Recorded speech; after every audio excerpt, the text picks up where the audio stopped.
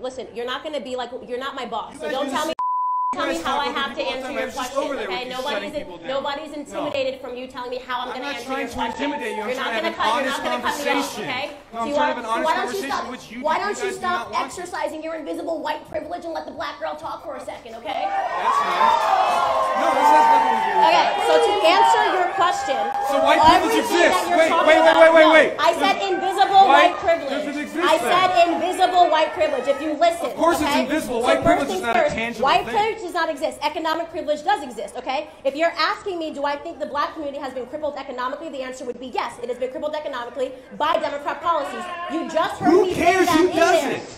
Democrats are Americans. Democrats are in America, so therefore you just admitted that there has been disadvantages by two black people, by Democrats who are Americans. You just admitted it. It is not based off. You asked me if white privilege exists. The answer is white privilege. Because you're born white, that means you're going to not have this or that. It does not exist. No, it does not exist. You just admitted that the Democrats, the boogeyman Democrats, they're not boogeymen. They exist. Boogeyman doesn't exist. No. 60 years Democrats ago. do exist. They did it. So boogeyman means doesn't exist. Just so you know, there are Democrats. So you admit that it exists. 60. I don't think you're comprehending. Yeah. You're not. So, you're not comprehending. I'm not sure that you are. You said 60 years ago, white people had it better than black people. Over time, there's no more systemic laws that are in place. Let me ask you a question. Let me ask you a question. What can a white person do that a black person cannot do today in today's America? Name one thing.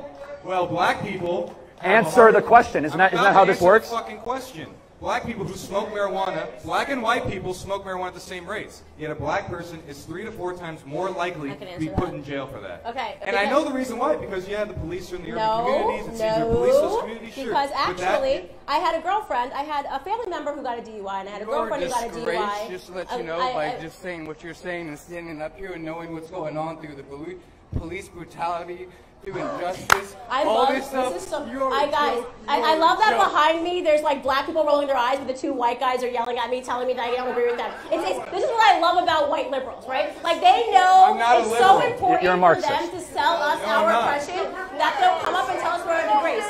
Just say it. Can you speak for Well, all why black don't you people? Stop speaking for black people? That would be great, okay? Candace Owens has a great point.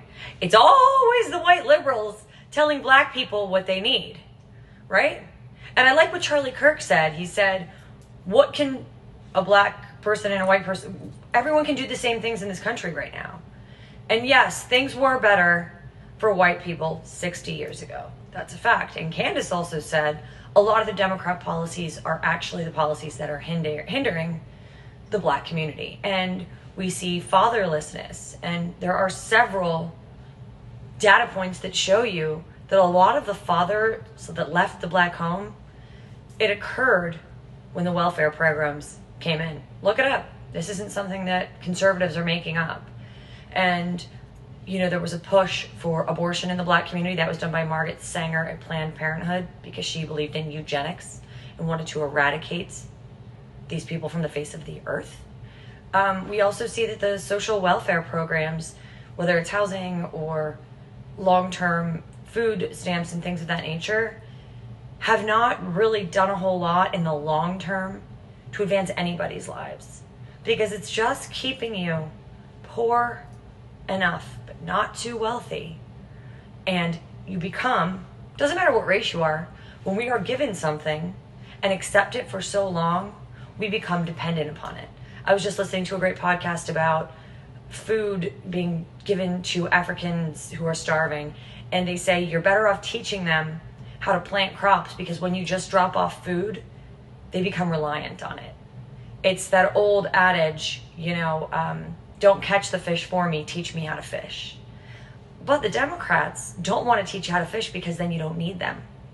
Then you're self-reliant and you realize, oh my God, I'm paying way too much in taxes for how hard I work. So there's this culture of creating dependence, and this is not race related in any way, shape, or form. It's just a product of human nature. And I think that the less reliant anyone is on the government, the better off we're all going to be.